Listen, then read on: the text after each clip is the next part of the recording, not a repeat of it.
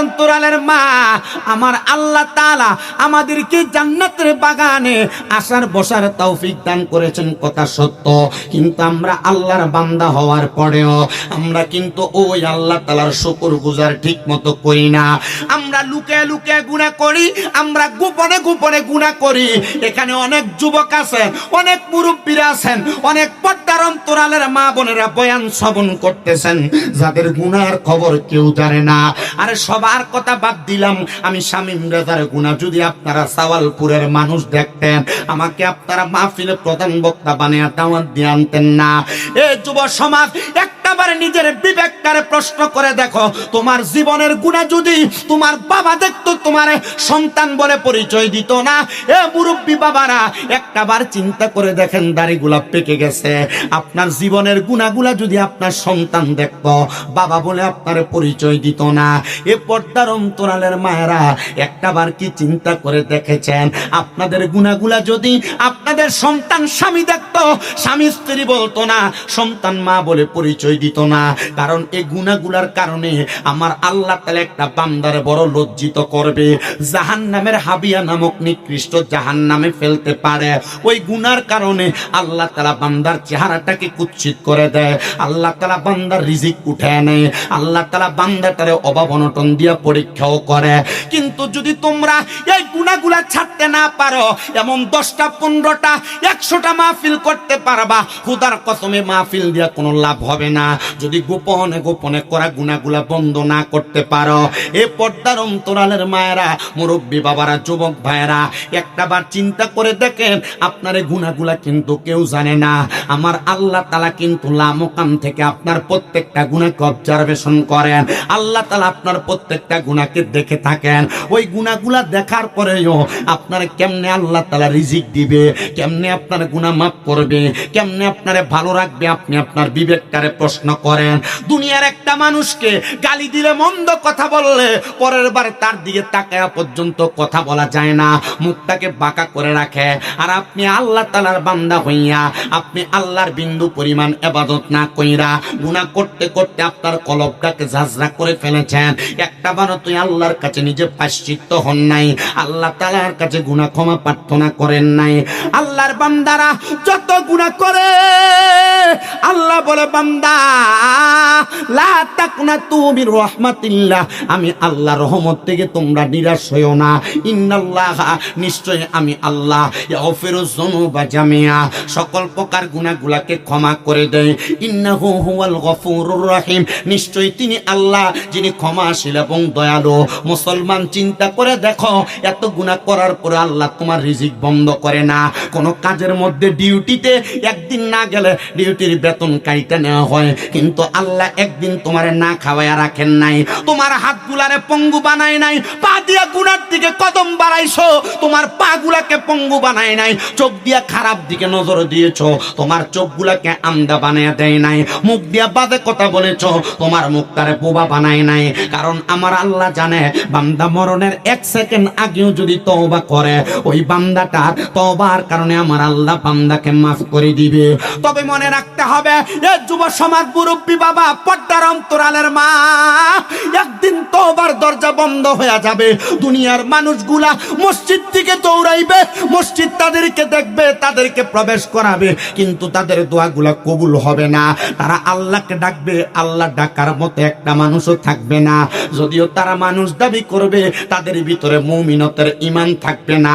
এজন্য আমি আপনাদের কাছে বলি, তওবার দরজা বন্ধ হওয়ার আগে আল্লাহর দরবারে বেশি বেশি করে তওবা করে। নবীর নাতির কষ্ট দিয়া দুনিয়ার জমিন থেকে ভালোভাবে মরবে, এটা হতে পারে না। নবীর শানে দুশমনি কইরা দুনিয়াতে ভালোভাবে মরবে, এটা হতে পারে না। বাংলাদেশের সোশ্যাল মিডিয়ায় এখন এমন অনেক নজির দেখা যায় যে মৌলভী সাহেবরা মিডিয়াতে বইসা বইসা বলে, নবীর নাতি ইমাম হোসেন রে কারবালার ময়দানে যে ইয়াজিদের দলেরা মারছে, আর ইবনে জিয়াদ হুকুম দিয়া ইমাম হোসেন রে কতল করাইছে। ওই ইবনে জিয়াদের নাকি কোনো দোষ ছিল না, ইয়াজিদ নাকি কোরআনে হাফেজ ছিল, ইয়াজিদ নাকি ভালো আলেম ছিল, ইয়াজিদের নামের শেষে রহমতুল্লাহ আলাই লেখে। আমি জানতে চাই, নবীজির কলিজার টুকরা নাতিদেরকে মারার পরেও যাদের দোষ নাই বলে, আপনারা বলেন এরা কি আলেম না জালেম? আসতে বললেন, আলেম না জালেম? যেখানে আমার নবী কয়, যারা আমি নবীরে ভালোবাসতে চাও তারা আমার হাসান আর হুসাইনকে ভালোবাসো, যারা আমার হাসান হুসাইনকে কষ্ট দেয় তারা যেন স্বয়ং আমি নবীরে কষ্ট দেয়। ইয়াজিদ নবীর নাতি ইমাম হুসাইনের গলা মুবারকে তরবারি চালায়া ফুরাত নদী বন্ধ করে দিয়া ইমাম হুসাইনরে কষ্ট দেয় নাই, স্বয়ং আমার নবীরে কষ্ট দিয়েছে। ওই ইয়াজিদ নবীরে কষ্ট দিয়া কুফরি করেছে, নবীর শানে বেয়াদবি করেছে। আবার বর্তমানে শায়েখ নামের লম্বা দাড়িওয়ালা মৌলবীরা সোশ্যাল মিডিয়ায় বইসা আবার ওই ইয়াজিদদের কাফের বলতে তাদের কষ্ট হয়। আসলে বোঝা যায় ইয়াজিদ দুনিয়াতে নাই, ইয়াজিদের কিছু সন্তান দুনিয়াতে আছে, এরা ইয়াজিদকে কাফের বলতে অস্বীকৃতি জানায়। খোদার কসম, যারা ইয়াজিদকে কাফের বলবে না এরা কাট্টা কাফের বেঈমান। ডান হাত তুলে বলেন ঠিক কিনা? প্রিয় মুসলমান, ওই ইয়াজিদ কেমনে দুনিয়া থেকে বিদায় হলো আমি চেষ্টা করব আপনাদেরকে বলার জন্য। তবে আপনারা যদি মনোযোগ দিয়ে শোনার চেষ্টা করেন তাহলে আমি আপনাদের কাছে বলতে পারবো। সময় কম, ধারাবাহিকতা রক্ষা করে আমার আলোচনা শেষ করা লাগবে। আপনাদেরকে একটু মনোযোগ নিয়ে আমার বয়ান শ্রবণ করা লাগবে। ইমামে আলী মাকাম ইমাম হুসাইন রাদিয়াল্লাহু তাআলা আনহু যখন শাহাদাত বরণ করলেন, ওনার সের মুবারক একদিকে পড়ে রইল আর দেহ মুবারক আরেক দিকে পরে রইল। এত কষ্ট দিয়েছে ইমামে আলী মাকাম ইমাম হুসাইনের শাহাদাতের পরে ওনার সের মুবারকটা, গর্দান মুবারকটা যে জায়গায় পড়া, ইবনে জিয়াদ নামক ইয়াজিদটা ইমাম হুসাইনে পাকের গর্দান মুবারকের সামনে আইসা তার হাতের তরবারি দিয়া ইমাম হুসাইনের ঠোঁট মুবারক এইভাবে আঘাত করেছে। আর পেছন থেকে ইমাম হুসাইনের বোন আইসা জয়নব ডাক দিয়া কয়, এই ইয়াজিদ ইমাম হুসাইনের ঠোঁট মুবারকের মধ্যে এমন ভাবে আঘাত করিস না রে, এই ঠোঁট মুবারকের মধ্যে আমার দয়াল নবী দিনে রাতে সব সময় চুমা খাইছে, নবী আমার আদর করেছে, এই ঠোঁট মুবারকে কষ্ট দিলে স্বয়ং আমার মদিনার নবী কষ্ট পাবে। ইয়াজিদ শুনে নাই, যখন হযরতে জয়নব এই কথা বলছে, জয়নবের দিকে ইয়াজিদ বাজে নজরে তাকাইছে। হযরত জয়নব কয়, আমার দিকে এমন নজরে তাকায় কোনো লাভ হবে না, আমার দুইটা সন্তান ইমাম হুসাইনের ভাগিনা মুহাম্মদ এবং আউন, ওই দুইটা সন্তানকে ইয়াজিদ কতল করে দিছে। আমার ভাইরে কতল কইরা তুমি মনে করছো আমি জয়নব আঘাত করতে পারবা, কিন্তু না না না, আঘাত করতে পারবা না। তুমি যদি আমার দেহের মধ্যে তরবারি দিয়ে একটা আঘাত করো আমি জয়নব ততটা কষ্ট পাবো না, আমার হুসাইনের ঠোঁট মুবারকের মধ্যে তরবারি দিয়া খোঁচা দিলে আমি যত কষ্ট পাবো। আমার দয়াল নবী রাহমাতুল লিল আলামিন নবীর দহিত্র ইমাম হুসাইন রাদিয়াল্লাহু তাআলা আনহুর শাহাদাতের পর গর্দান মুবারকটারে ইয়াজিদ তার তরবারির আগায় লাগায়া এটাকে ইরাকের রাস্তায় রাস্তায় ঘুরে ঘুরে বেড়াইছে। মদিনাবাসী আর আহলে বায়াতের সদস্যরা ডাক দিয়া কয়, কার গর্দান মুবারক তুমি তরবারিতে নিলা, কার গর্দান মুবারকের তরবারি চালাইলা, কার ঠোঁট মুবারকের মধ্যে আঘাত করলা, এটা তো আমার নবীর দহিত্র, কষ্ট দিও না। এই কথা বলার পর ইয়াজিদ তাদের কথা শুনে নাই। আহলে বায়াতের একজন পুরুষ মানুষ বেশি ছিল, যার নাম ছিল হযরতে জয়নাল আবেদিন। হযরতে জয়নাল আবেদিন বেঁচে থাকা অবস্থায় জয়নাল আবেদিনকে তারা আঘাত করে বন্দিখানার মধ্যে অ্যারেস্ট করে রাখছে। হযরতে জয়নাল আবেদিন ছিলেন জ্বরে অসুস্থ আক্রান্ত মানুষ, ওনাকে ঘর থেকে উঠায়া আঘাত করতে করতে জয়নাল আবেদিনকে বন্দি করে ফেলছে। ইয়াজিদের দলেরা কারবালার ময়দান থেকে কুফা নগরীর দিকে রওনা করছে। যাওয়ার পথে যখন সন্ধ্যা হয়ে যায়, একটা খ্রিস্টান পাদ্রীর পাগোডার সামনে দাঁড়ায়া হযরত ইমাম হুসাইনের গর্দান মুবারকটাকে সেকালে ফেলে রাখছে। খ্রিস্টান পাদ্রী এসে ডাক দিয়া বলে, এই ইবনে জিয়াদ, এই ইয়াজিদের দলেরা কার গর্দান মুবারক, বেটা তো সুন্দর নুরানি চেহারা, চেহারার দিকে তাকাইলে তো মনে হয় রাহমাতুল লিল আলামিন নবীর দহিত্র। আমি পড়েছিলাম এটাই হবে রহমতের নবীর দহিত্র। এই ইয়াজিদ গো, তোমরা এই গর্দান মুবারক নিয়ে কোথায় যাও? এই গর্দান মুবারকটা রেখে আমার কাছে দিবানি। ইয়াজিদ ডাক দিয়ে কই, না দেওয়া যাবে না। বলে, দেও না, গর্দান মুবারকটারে আমি আমার কাছে আজকে রাত্রটা রাখি, আমার কাছে রাখবো, তার বিনিময়ে তোমার 300 দিরহাম দিব। ইয়াজিদ ডাক দিয়া কয়, 300 দিরহামের বিনিময় দেওয়া যায় নাও, তবে আগামীকালকে ভোর হওয়ার আগে আমার কাছে পৌঁছায়া দিবা। ওই খ্রিস্টান পাদ্রী ডাক দিয়া কই, ইয়াজিদ আমার পুরাটা রাত্র লাগবে না, আমি যদি নবীর বংশ ইমাম হুসাইনের গর্দান মুবারকটার একটু খেদমত করতে পারি, আমি ইমাম হুসাইনের গর্দান মুবারকটার খেদমত কইরা আমি আমার রাহমাতুল লিল আলামিন নবীর খেদমতের দাবিদার হতে পারবো। কিন্তু লোকটা ছিল একজন খ্রিস্টান। ইমাম আলী মাকামের সের মুবারকটারে একটা কাপড়ে পেঁচায়া খ্রিস্টান পাদ্রী নিয়ে গেছেন তার বাড়ির মধ্যে। স্ত্রী ডাক দিয়ে কয়, স্বামী গো, পাকুড়া থেকে আসার সময় আপনি কত কত খাস ছাগলের কল্লা নিয়ে আসেন, আজকে এমন কি কল্লা আনলেন আপনি তাকে দেখেন না? ওই কল্লা মুবারকের রক্ত থাইকা রক্তগুলা নিচে পড়ে আর মাটি রক্তগুলা খায়া ফেলে, মাটিগুলা রক্তগুলা দেখা যায় না। ইমাম আলী মাকামের ফের মুবারকটারে চুমা খায়া খ্রিস্টান পাদ্রী ডাক দিয়া কই, স্ত্রী গো, এটা কোনো ছাগলের কল্লা না, বৈদ্য ছাগলের কল্লা না, বলি দেওয়া ছাগলের কোনো মাথা না। আমি আজকে যেই মাথা মুবারকটারে আমার মাথার উপর কইরা তুইলা নিয়ে আসছি, এটা হইল নবীর দহিত্র ইমাম হুসাইন রাদিয়াল্লাহু তাআলা আনহুর গর্দান মুবারক, সের মুবারক। হাইরে আমার মুসলমান, অন্তরের কানটা লাগে শুনো, নবীর দহিত্র ইমাম হুসাইন রাদিয়াল্লাহু তাআলা আনহুর সের মুবারকটারে একটা বড় থালের মধ্যে রাইখা খ্রিস্টান পাদ্রী বলে, আমি একটা রাত্র সামান্য সময় পরিমাণ এই গর্দান মুবারকটার খেদমত করতে চাই। ওই পাদ্রীটা একটা থালের মধ্যে ইমাম হুসাইনের সের মুবারকটা রাইখা সের মুবারকটার দিকে একবার একবার করে চুমা খায়। রাত্র গভীর হয়ে গেছে, খ্রিস্টান পাদ্রী এবং তার স্ত্রী ঘরে ঘুমায়া গেছে। ঘুমন্ত অবস্থায় অন্ধকারাচ্ছন্ন হঠাৎ করে দেখতেছে খ্রিস্টান পাদ্রীর ঘরটা নূরের আলোতে ঝলমল ঝলমল করতেছে। জোরে কি সুবহানাল্লাহ বলা যাবে না? ও বাবা, যে ঘরের মধ্যে মাত্র একটা মোমবাতির আলো জ্বলে, ওই ঘরে যদি হঠাৎ করে একটা হ্যালোজিন লাইটের আলো দেওয়া হয়, বলেন তো আলোটা কম হবে না বেশি? কম হবে না বেশি? ঘরের সদস্যর কাছে আলোটা এমনি বেশি লাগবে। খ্রিস্টান পাদ্রী বলে, ঘুমন্ত অবস্থায় তাকে দেখলাম আমার ঘরটা নূরের আলোতে ঝলমল করতেছে। আমি অবস্থা দেখে চক্ষু খুলে দেখলাম ইমাম আলী মাকামের সের মোবারক গর্দান মোবারকটা যে জায়গায় রাখা, এই জায়গার মধ্যে সাদা রঙের চারটা পাখি আগমন করছে। পাখিগুলা আইসা ইমামে পাকের সের মুবারকটারে তাওয়াফ করতেছে। আমি সামনে যাইলাম না, আবার গেলাম, আমি গেলাম আবার গেলাম না। সামনে যায়া আমি হুসাইনে পাকের সের মুবারকের সামনে দাঁড়ায়া আমি অবাক দৃষ্টিতে বললাম, ইয়া রব্বে কারীম আল্লাহ, এমন আজব কাণ্ড কোনোদিন দেখি নাই। ইমাম আলী মাকাম ইমাম হুসাইন শাহাদাত বরণ করলো, কাটা কল্লা মুবারক আমার ঘরে আনলাম আদব রক্ষা করার জন্য। কিন্তু দেখতেছি কাটা সের মুবারকটারে কারা এই চারটা পাখি, এই পাখিগুলা তাওয়াফ করতেছে। এমন টাইমে একটা পাখির জবান খুলে গেছে, পাখি ডাক দিয়া বলতেছে, ও খ্রিস্টান পাদ্রী শোনো, আমরা দুনিয়ার কোনো স্বাভাবিক মানুষ না।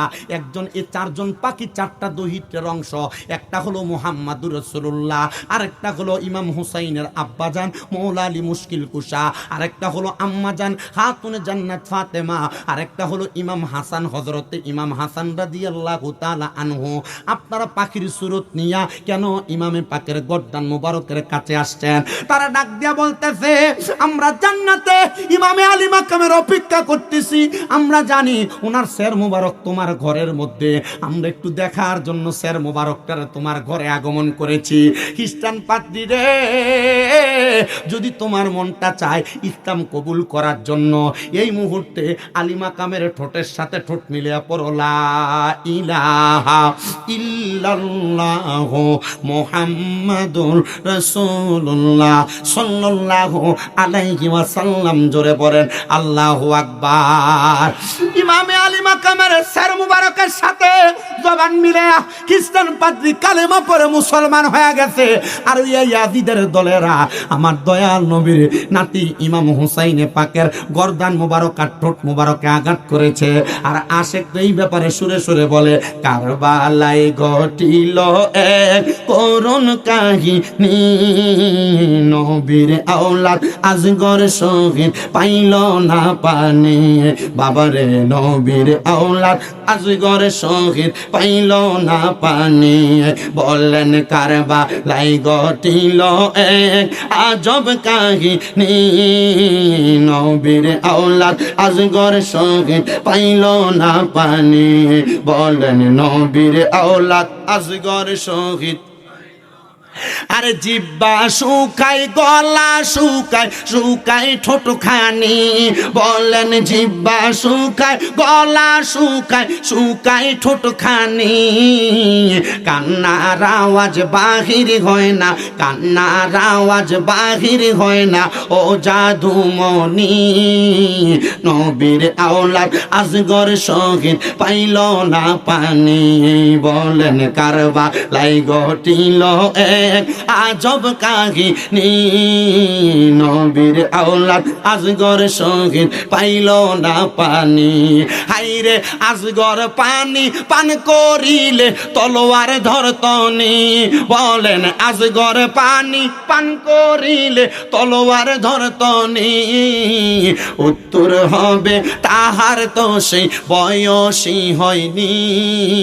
নবীর আওলাদ আজগর শহীদ পাইল না পানি বাবারে নবীর আওলাদ আজগর শহীদ পাইল না পানি শেষবার কারবালায় ঘটিল এক আজব কাহিনী বলেন কারবালায় এক আজব কাহিনী নবীর আওলাদ আজগর শহীদ ইমামে আলী মাকাম ইমাম হুসাইনের গর্দান মোবারকটা পরের দিন সকালবেলা ওই ইয়াজিদ তার হাতের মধ্যে নিয়ে গেলেন কুফা এলাকায় ইমাম আলী মাকাম ইমাম হুসাইনের মাজার মোবারক দুইটা জোরে বলেন কয়টা দেহ মোবারকের মাজার একটা গর্দান মোবারকের মাজার আর একটা হযরতে গেসুদার আজকে আল্লাহ শহীদ খরমপুরে আখাউড়ায় যিনি শুয়ে রয়েছে ওনার মাজারও দুইটা গেসুদার আজকে আল্লাহ শহীদের কেল্লা মোবারকটা আছে খরমপুরে দেহ মোবারক আছে হবিগঞ্জের বাহুবলে চিন্তা করছেননি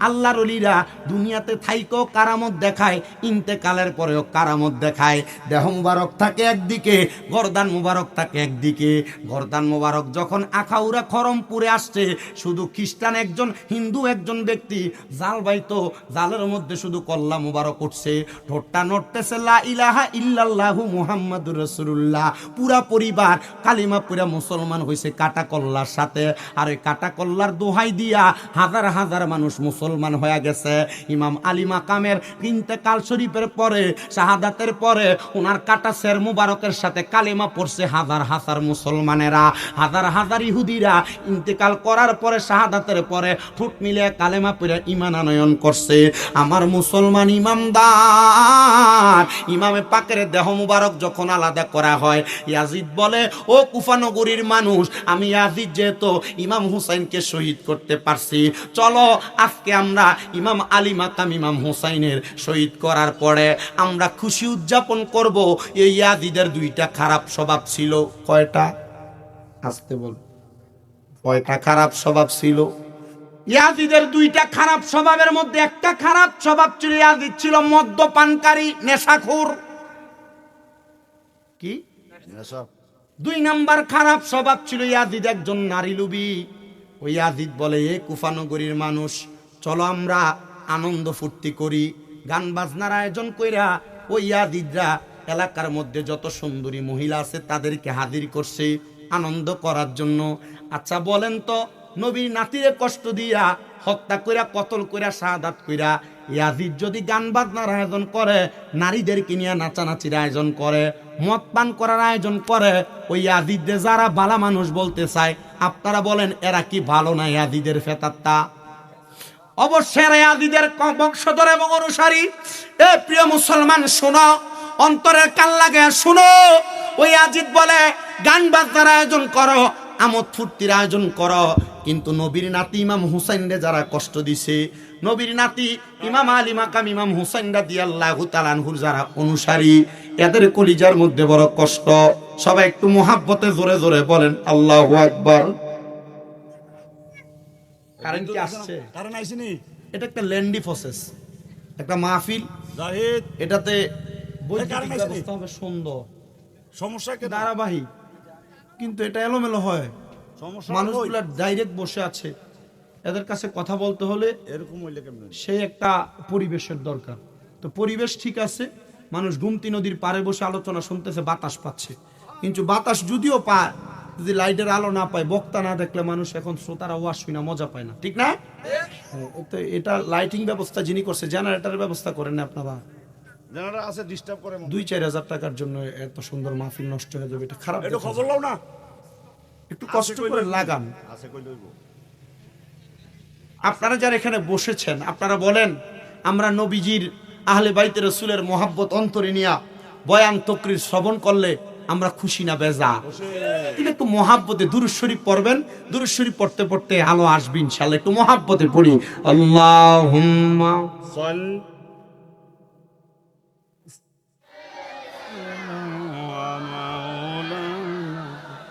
মুহাম্মাদ ওয়া আলা মা। সবাই মোহাব্বতের আওয়াজে পড়েন, মা ফাতেমার কান্দন সীমার শুনলো না জগতে আল্লাহ শুনলো। আপনাদের আওয়াজ একবার আস্তে, একটু মোহাব্বতে পড়েন। লাইট নাই কিন্তু সাউন্ড তো আছে, মাইক তো এটা আমাদের কুমিল্লার। আপনারা ওনাদেরকে বললো তো, ওনাদের দোকানে বড় বড় জেনারেটর আছে, ওনাদেরকে বললে পাঠিয়ে দিত। এটা করলেন না কেন? একটু মহাব্বতে আপনারা পড়েন, আরে মা ফাতেমার কান্দন সীমার শুনলো না জগতে আল্লাহ শুনলো।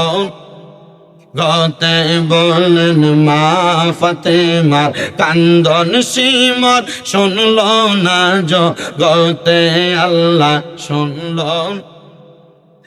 আরে কান্দে মা ফাতেমা, কান্দে মা, মা হুসেন হারা সুকেতে মা ফাতেমার কান্দন সীমার শুনলো না জগতে আল্লাহ শুনলো।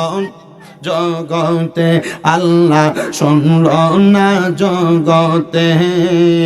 কারবালার ময়দানে নবীর বংশ শহীদ হইল, সেই দিন হইতে এজিদের দল ঈমান হারা হইল।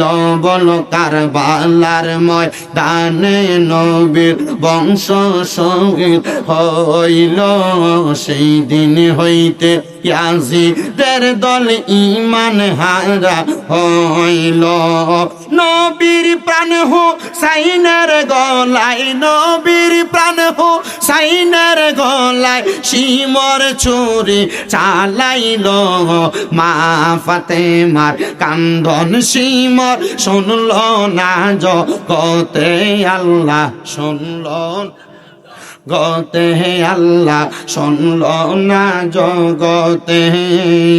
কান্দে মা ফাতেমা, কান্দে মা ফাতেমা হুসেন হারা শোকেতে। মা ফাতেমার কান্দন সীমার শুনলো না জগতে আল্লাহ শুন। পানি পানি করে শহীদ হইল যেদিন কারবালায়, নিষ্ঠুর বেদিন হামলা চালাই নবী বংশের কাফেলায়। এমন নিষ্ঠুরের কাজ দেখি না আর চোখেতে। মা ফাতেমার কান্দন সীমার শুনলো না জগতে আল্লাহ শুনলো না জগতে। যখন সীমর চালাই ছুরি হুসেনের গলায়, মা ফাতেমার বুকটা তখন দুঃখে ভরে যায়। তখন ব্যথার আগুন জ্বলে, তখন ব্যথার আগুন জ্বলে মা ফাতেমার বুকেতে। মা ফাতেমার কান্দন সীমর শুনলো না জগতে আল্লাহ শুন। পিছনের হেরা মনে হয় বলতে একটু কষ্ট হচ্ছে, একটু মহাব্বতে। তাবারুক রেডি হয়ে গেছে, আলোচনা দীর্ঘই হবে না, একটু মহাব্বতে। মা ফাতেমার কান্দন সীমর শুনলো না জগতে আল্লাহ শুনলো না জগতে। নবী বলেন রক্তের বদলা নিব পর পারে, উম্মত গণরে করব পার হাসরের ময়দানে। বলে মাসুদ হাসান প্রেমিক দেখি না আর জগতে, মা ফাতেমার কান্দন সিমর শুনলো না জগতে, আল্লাহ শুনলো না জগতে, আল্লাহ শুনলো না জগতে। কান্দে মা ফাতেমা, কান্দে মা ফাতেমা, হোসেন হারা সুখেতে, মা ফাতেমার কান্দন সিমর শুনলো না জগতে, আল্লাহ শুনলো না জগতে। একটা জবানও বন্ধ রাখবেন না, জবান খুলে চিৎকার মেরে একবার জোরে বলেন আল্লাহু আকবার। হে আমার এই সাওয়ালপুর এলাকার যুবক ভাইরা, মুরব্বী বাবারা, পর্দার অন্তরালের মা বোনেরা, যে ইয়াজিদ নবী বংশের কাফেলার মধ্যে হামলা চালাইলো, যে ইয়াজিদ নবী বংশের কাফেলার তাবুর মধ্যে আগুন ধরায়া দিল, ওই ইয়াজিদের একটা বৎসভাবের মধ্যে দুইটা বৎসভাব আমি আপনাদের কাছে বলছি। এক নাম্বার ইয়াজিদ ছিল নেশাখোর মদ্যপায়ী, দুই নাম্বার ইয়াজিদ ছিল দুনিয়ার জমিনের মধ্যে থাকা অবস্থায় ইয়াজিদের বৎসভাব ছিল, ইয়াজিদ ছিল একজন নারী লোভী। ওই ইয়াজিদের আরো দুইটা বৎসভাব আছে। ইয়াজিদ 3 দিন মদিনাতুল মুনাওয়ারার ভিতরে নামাজ বন্ধ করে রাখছে, মানে মদিনা শরীফের ভিতরে 3 দিন ইয়াজিদ মানুষকে নামাজ পড়তে দেয় নাই। জোরে বলেন নাউজুবিল্লাহ। আরেকটা বদ কাজ করেছি ইয়াজিদ, ওই কাজটা হলো ইয়াজিদ মক্কাতুল মুকাররমার পাশে আহলে বায়াতের সদস্যরা তাবু গাড়াইছিল, তাদের তাবুর মধ্যে আগুন দিয়া দিছে, আর ওই তাবুটা ছুঁইটা যায় কাবাগরের কাইলাফের মধ্যে আগুন লেগে গেছে। ওই ইয়াজিদ কাবাগরের তাবুর মধ্যে কাবাগরের গিলাফের মধ্যে পর্যন্ত আগুন দিয়েছে। ওই ইয়াজিদ ভালো মানুষ ছিল না, ইয়াজিদ ছিল নেশাখোর এবং মহিলা লোভী ছিল। ওই ইয়াজিদ ডাক দিয়া কয়, দুনিয়ার মানুষ আমি আনন্দ করার জন্য চেষ্টা চালাইলাম, আর ওই দিক দিয়া ইমাম হুসাইনের শাহাদাতের পরে আপনার আমার মতো হুসাইনের প্রেমিক নবী প্রেমিকের দলেরা তাদের কলিজাতে আগুন। ইয়াজিদ আরবের এলাকার কুফা নগরীর সবচাইতে সুন্দরী মহিলা, যার নাম ছিল হযরত ইয়ামিনা, ওই ইয়ামিনার প্রেমে সে বড় হাবুডুবু খাইতো। ইয়াজিদ ডাক দিয়া কয়, আমি ওই দিনের জন্য ইয়ামিনাকে সন্ধান করে তালাশ করে পাঠাইলাম। ইয়ামিনা কোথায় তুমি? তোমারে আমার বড় দরকার, তোমার দেহ ভোগ করার জন্য আমার মনে বড় খায়েশ জাগে। আপনারা বলেন, বিবাহ ছাড়া কোন নারীর দেহ ভোগ করাটা কি ভালো কাজ না খারাপ কাজ? ভালো কাজ না খারাপ কাজ? আমার নবী বলেন, উম্মত কিয়ামতের আগে এমন একটা অবস্থা হবে, ওই এক সূরা জিনা ব্যভিচার বেড়ে যাবে। স্ত্রীর স্বামী থাকবে বিদেশে, দেখবেন পরকীয়াতে লিপ্ত হয়ে গেছে, ছেলে মেয়েরা অবাধ নিলামের সাথে লিপ্ত হয়ে গেছে, সমাজের মধ্যে বিশৃঙ্খলা, একজনের মেয়েকে অন্যজনের ছেলে ডিস্টার্ব করে। এটার কারণ আর অন্য কোনো কিছু না, আল্লাহর নবী কো এটা হলো কিয়ামতের আলামত। জোরে বলেন কিয়ামতের আলামত, কিয়ামতের আলামত, কিয়ামতের আলামত। ইয়াজিদ বলে, আমি ওই ইয়ামিনা মহিলাটাকে সন্ধান করে আমার কাছে আনলাম। ইয়ামিনা বলে, এই ইয়াজিদ, তুমি যে আমার সঙ্গে তোমার সময় কাটাইতে চাও, তুমি কি জানো যে হুসাইনের গলা মোবারকে তুমি ছুরি চালাইছো? আমি ইয়ামিনা ওই ইমাম হুসাইনের একজন ভক্ত, ইমাম হুসাইনের একজন আশেকা। ইয়াজিদ বলে, হুসাইন তো নাই, এখন তুমি আর হুসাইনের ভক্ত হইয়া কি করবা? খোদার কসম, কিয়ামত হইয়া যাবে, ইমাম হুসাইনে পাকের ভক্ত দুনিয়াতে কমবে না, বেড়েই যাবে, বেড়ে যাবে। কিয়ামত হইয়া যাবে, ইয়া হাসান শাহ হুসেন জিকির বন্ধ হবে না, জিকির চলতে থাকবে। কারণ মাত্র একটা, কারণ হুসাইন রাদিয়াল্লাহু তাআলা আনহু, ওনার বড় ভাই ইমাম হাসান রাদিয়াল্লাহু তাআলা আনহু, তারা জান্নাতের যুবকদের সর্দার। ইমাম হাসান হুসাইনদের যারা ভালোবাসবে তারা জান্নাতে যাইতে পারবে। এবার আপনারা বলেন, মরণের 1 সেকেন্ড আগ পর্যন্ত হলেও ইমাম হুসাইনকে ভালোবাসা আমরা জান্নাতে যাইতে চাই কারা কারা? ডান হাত তুলে আমার আল্লাহকে দেখায়। বাবা হাবিব, জোরে একটা তাকবীর দিলাও।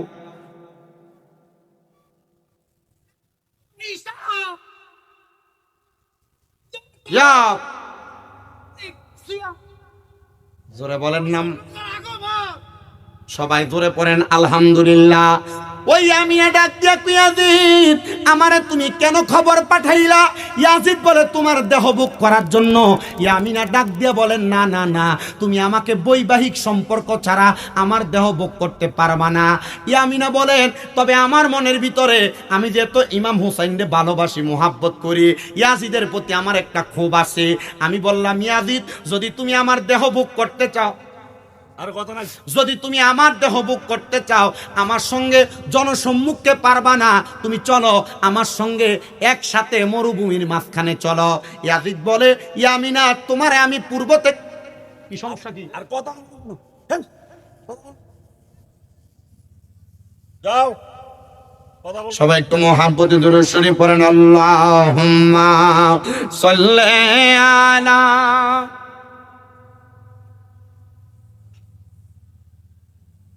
আবার কথা বলে, ওয়া আলা আলি।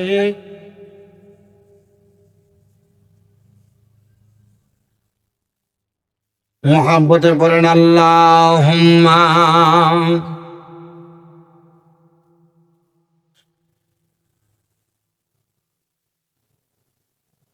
وعلى آل سيدنا। ইয়ামিনা ডাক দিয়ে বলি, ইয়াজিদ আমার দেহ যদি ভোগ করতে চাও। ইয়ামিনা ছিল ইমাম হুসাইনের প্রেমিক, আর ইয়াজিদ ছিল ইমাম হুসাইনের দুশমন, বলে না ইমাম হুসাইনের। ইয়ামিনা বলে, আমার অন্তরে ইমাম হুসাইনের সুখে আমি কাতর, আবার ইমাম হুসাইনকে যে সে শাহাদাত করছে তার উপর আমার একটা ক্ষোভের আগুন। ইয়ামিনা বলে, চলো যদি আমার দেহ ভোগ করতে চাও, তোমার নিয়ে কুফা নগরীর সবচাইতে সুন্দর পাহাড়ি এলাকা মরুভূমির মাঝখানে যাই, সেখানে তুমি আমার দেহ ভোগ করতে পারবা। ইয়াজিদ ওই মহিলার জন্য এত পাগল, বলে 10 বছর পর্যন্ত ইয়ামিনাকে আমি দেহ ভোগ করার চেষ্টা করলাম, পারলাম না। আজকে ইয়ামিনা রাজি হয়ে গেছে, চলো ইয়ামিনা তোমার সঙ্গে আমি যাই। ইয়ামিনার সঙ্গে যায়া সুন্দর মতো ইয়াজিদ যখন কুফানগরীর বড় মরুভূমির মাঝখানে গেছে, ওই জায়গার ভিতরে যাওয়ার পর ইয়ামিনা ডাক দিয়ে বলে, ইয়াজিদ আমার দেহ ভোগ করতে চাও? বলে হ্যাঁ। বলে, দেহ যদি ভোগ করতে চাও তাহলে চলো। আমার দেহ ভোগ করার আগে ইয়াজিদের স্বভাব খারাপ দুইটা, 1 নাম্বার নারী লোভ, 2 নাম্বার মদ পান করতো, নেশাখোর ছিল। ইয়াজিদ ডাক দিয়ে বলতেছে, তাহলে বর্তমান বাংলাদেশে যারা নেশা করে এরা ইয়াজিদের সাথে মোটামুটি তুলনা করলে আমাদের কোনো গুনাহ হবে? এরা আস্তে কথা কয়, কথা কন না, গুনাহ হবে? আপনারা দেখেছেন এই যে নেশার কারণে কুমিল্লা কাটাবিলে একটা ছেলেরে পর্যন্ত গুলি করে দিচ্ছে। এই নেশার কারণে আগের রাত্র আমার চোখের সামনে আমি নিতে দাঁড়ায়া দেখলাম যে এই পক্ষ আর ওই পক্ষ মারামারি চলে। একটা লোকের তেলিকোনা মুরাদিষ্টুর নাম, এর দোকানটারে কুবাইলো। আমি চিন্তা করলাম, ওই যে ইয়াজিদের খাসিয়ত মানুষের বাড়িঘর ভাঙচুর করা, ওই যে ইয়াজিদের খাসিয়ত মানুষের উপর অত্যাচার করা, বর্তমান যারা নেশাখোর, নেশার কারণে নেশা বিক্রি করার কারণে সমাজে বিশৃঙ্খলা করে, মানুষকে মারে, মানুষকে আঘাত করে, কেউ যদি তার নেশা বিক্রির কাজে বাধা দেয় এদেরকে হত্যা মামলার ভয় দেখায়, আল্লাহর কসম এরা দুনিয়ার স্বাভাবিক মানুষ না, এরা ইয়াজিদের প্রেতাত্মা। ডান হাত তুলে বলেন ঠিক না বেঠে? নেশাখোর আপনাদের এলাকায় আছে না নাই? নেশা বিক্রি করে এমন ইয়াবা কারবারি এলাকায় আছে না নাই? এদের জ্বালায় সমাজের মানুষ অতিষ্ঠ। বাংলাদেশের প্রশাসন চাইলে এদেরকে নির্মূল করতে পারে। যদি প্রশ্ন করা হয় নির্মূল করেন না কেন, এদেরকে অ্যারেস্ট করার 1 ঘন্টা পরে 50-60 হাজার টাকা খায়া এদেরকে ছেড়ে দেন, বোঝা যায় এদের সাথে প্রশাসনের হাত আছে। যদি আপনারা এদেরকে দমন না করেন, বাংলাদেশের মুসলমান এদেরকে পিটায়া হত্যা করতে বাধ্য হবে। তার হাত তুলে বলেন ঠিক না বেঠে? নেশাখুররে দইরা নেওয়ার পরে 3 দিন পরে সুইটটা চলে টাকা দিয়ে কথা বলে না। গতকালকে কুমিল্লা তেলিকোনা মামুনি হসপিটালের সামনে আন্দোলন হচ্ছে, মাদক বিরোধী আন্দোলন। বলতেছে প্রশাসন এদেরকে অ্যারেস্ট করে, কথা সত্য, কিন্তু অ্যারেস্ট করার পর এদেরকে বেশি দিন রাখে না। প্রশাসন তো আপনারা আমাদের কর আর ট্যাক্সের টাকা দিয়ে আপনাদের বেতন নেন, তো এদেরকে অ্যারেস্ট করে এদেরকে দমন কেন করেন না? উপরের দিক থেকে সাইড থেকে একজনে টক দিছে, আপনারা প্রশাসনকে কর দেন কত, আমরা যারা নেশা বিক্রি করি এর চাইতে বেশি টাকা দেই। মাঝে মাঝে নেশাখোরের বাড়ির সামনে পুলিশের গাড়ি দেখা যায়, কেন? এদের ঘরে পয়সা নাস্তা খায়া এদেরকে সাপোর্ট দিয়া নেশাকে প্রমোট করে সমাজকে নষ্ট করে দিচ্ছে এরা। ডান হাত তুলে বলেন ঠিক না বেঠে?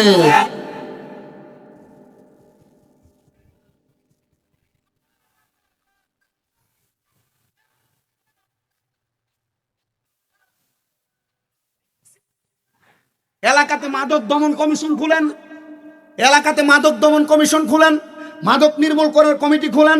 এবং খবর নিয়ে যায় এলাকাতে মাদক দমন করার জন্য যাদেরকে কমিটি বানাইছে এরাই এলাকায় মাদকের সাপ্লাই দেয়। আরে কথা বলেন না ঠিক কিনা? বাংলাদেশ থেকে নেশা যদি বন্ধ করতে চায়, নেশা বন্ধ এলাকার মধ্যে 5-10 জনের একটা কমিটি গঠন করেন। এলাকায় কে মাদকের ব্যবসা করে, ইয়াবার ব্যবসা করে, গাঁজা ফেন্সিডিলের ব্যবসা করে, এলাকার মুরব্বীরা জানে, যুব সমাজ জানে। একটা করে ধরেন, বাংলাদেশের ডাইরেক্টলি করে গুমতি নদীর পাড়ে দাঁড় করে ক্রস ফায়ার করেন, দেখবেন একটাকে ক্রস ফায়ার করলে আরেকটা নেশা মাদক বিক্রি করার সাহস দেখাবে না। এটা তো করা হচ্ছে না, কারণ এদের টাকা দিয়ে আপনারা চলেন। কথা বলে না, এদের টাকা দিয়ে আপনারা চলতেছেন। আমাদের কথা হচ্ছে বাংলাদেশের সমাজ নষ্ট হচ্ছে, যুব সমাজ বরবাদ হয়ে যাচ্ছে। বাংলাদেশের যুব সমাজকে ঠিক রাখার জন্য আজকে বাংলাদেশে কোনো পদক্ষেপ গ্রহণ করা হচ্ছে না। এটা আমাদের বাংলাদেশের প্রশাসন সহ দেশের রাজনৈতিক নেতাদের ব্যর্থতা। কথা বলেন ঠিক কিনা? আর আমরা যারা ঠিক ঠিক করেন, আপনার এই রাজনৈতিক নেতাদের 5 আটেন 100 টাকা দিলে বেচা হয়ে দেন, 200 টাকা দিলে বেচা হয়ে দেন, 500 টাকাতে ভোট বিক্রি করে আপনারা এদেরকে নেতা বানায় দেন। এরপর এরা পুরো 5 বছর আপনাদের অত্যাচার করে। কথা বলেন ঠিক কিনা? তা আমরা নেতার দোষ আর প্রশাসনের দোষ দিয়ে লাভ হইব? দোষী আমরা। কথা কয় না। এলাকার কোন নেশাখোর 500 টাকা দিলে আপনি হের পক্ষে কথা কোন? এলাকার সর্দারে নেশা করে 1000 টাকা দিলে তার পক্ষে বিচার ঘুরিয়ে দেয়। তার মানে প্রশাসন আর সরকারকে দোষ দেওয়ার আগে এলাকার নেতা দিলে দোষ দিতে হইব। সরকারকে আর প্রশাসনকে দোষ দেওয়ার আগে এলাকা যদি 100 টাকা আর 500 টাকা এক কাপ চায়ের কাছে বেচে এদেরকে ধরতে হবে। কষ্ট হইতেছে। কালকে সকালে এলাকার নেশাখোরটি মুখ দেখাই থাকতো না। কালকে সকালে এলাকার নেশাখোর যদি থাকে, এলাকার এমন 10 টাকা খাইয়া যারা চায়ের কাপের কাছে বেশি বেচা হয়, এমন ভদ্দারটি মুখ দেখাই থাকতো না। তো চিন্তা করবো শামীম রেজা আমরা কি ওয়াজটা দিয়ে গেছে রে, আমরা সমাজে বই অন চাও খাইতারি না রে। আপনারা বলেন এমন আছে না নাই? নেশাখোরের 10 টাকার চায়ের কাছে বেচা হয় এমন সর্দার এলাকায় আছে? নেশাখোরের 500-1000 টাকার কাছে বিক্রি হয় এমন সর্দার এলাকায় আছে? নেশাখোরের কাছে বিক্রি হয় নেশাখোরের পক্ষে বিচার ঘুরে দেয় এমন বাটকার সর্দার এলাকায় আছে না না? অভাব নাই, অভাব নাই। বাংলাদেশের প্রত্যেকটা মানুষকে সচেতন হতে হবে। আপনি আপনার জায়গায় পরিষ্কার হন, আপনার সন্তানকে ঠিক করে রাখেন। আপনার সন্তানকে যদি এলাকায় ঠিক করতে না পারেন, প্রবাসে পাঠিয়ে দেন। আপনার সন্তানকে এলাকায় ঠিক না রাখতে পারলে অন্য এলাকায় পাঠান। বলে হুজুর ফাটাইতাম কেমনে? সব এলাকার ভিতরে একই অবস্থা। কথা বলেন না ঠিক কিনা? আমি আমার ভূতেরে আমার এলাকা থেকে শহরে পাঠামু, আমার শহরে পাঠাইলে কিশোর গ্যাংয়ের অভাব নেই। পুলিশ এদেরকে ধরতেও পারে না, পুলিশ ভয় পায়। কেন ভয় পায়? এদেরকে ধরতে গেলে আমি দেখলাম ওই দিন ধরতে গেছে এ পকেট থেকে একবার ছোট্ট একটা কি বলে ব্লেড বের করে পুলিশে দেখায় ধরে পালায়। তো পুলিশ কয়জনকে ধরবে? গতকালকে এক পুলিশ সদস্যের সাথে কথা হইলো, এ বলতেছে হুজুর বাংলাদেশে পুলিশের সংখ্যা এত কম, এখন একজন পুলিশের বাগে 11,000 করে মানুষ পড়ে রয়েছে। তো পুলিশের সংখ্যা কম হইলে দেশ কন্ট্রোল করবে কিভাবে? মানুষ পুলিশও মানতে চায় না। পুলিশ তো বাংলাদেশের রক্ষক। এখন আপনারা পুলিশের বক্ষক বানান, কারণ আপনারাই চান আপনার উচিত বিচারে ঘুরিয়ে দিবার লাগিয়া। তো পুলিশ কি করব? কথা কয় না। পুলিশকে দোষ দিয়ে লাভ আছে? লাভ আছে? তো দোষ দিতে আগে নিজের গায়ে দেওয়ান লাগবে, ঠিক কিনা? নিজের গায়ে দোষটা দিয়া এরপরও পুলিশের গায়ে দোষ দিয়া, কারণ প্রশাসন আমাদেরকে রক্ষা করতে চায় আর আমরা প্রশাসনের ঘুষ দিতাম যাই। কথা কয় না ঠিক কিনা? আল্লাহ আমাদের বুঝার তৌফিক দান করেন, পড়েন আমিন। সবাই মহাব্বতে দরুদ শরীফ পড়েন আল্লাহুম্মা সাল্লি মাদেনা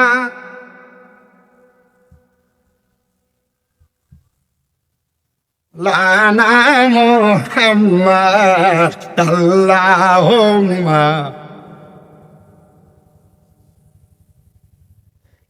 মুহাম্মাদ নাবি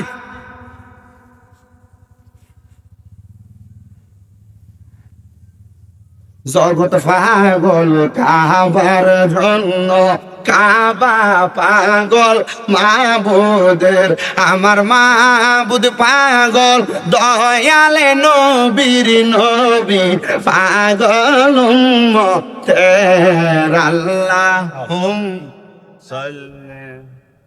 ওমনে একটু ফ্ল্যাশ লাইট কি ধরতারো না? মা দে না, এটা ছিল ধরে পড়েছে তখন। মা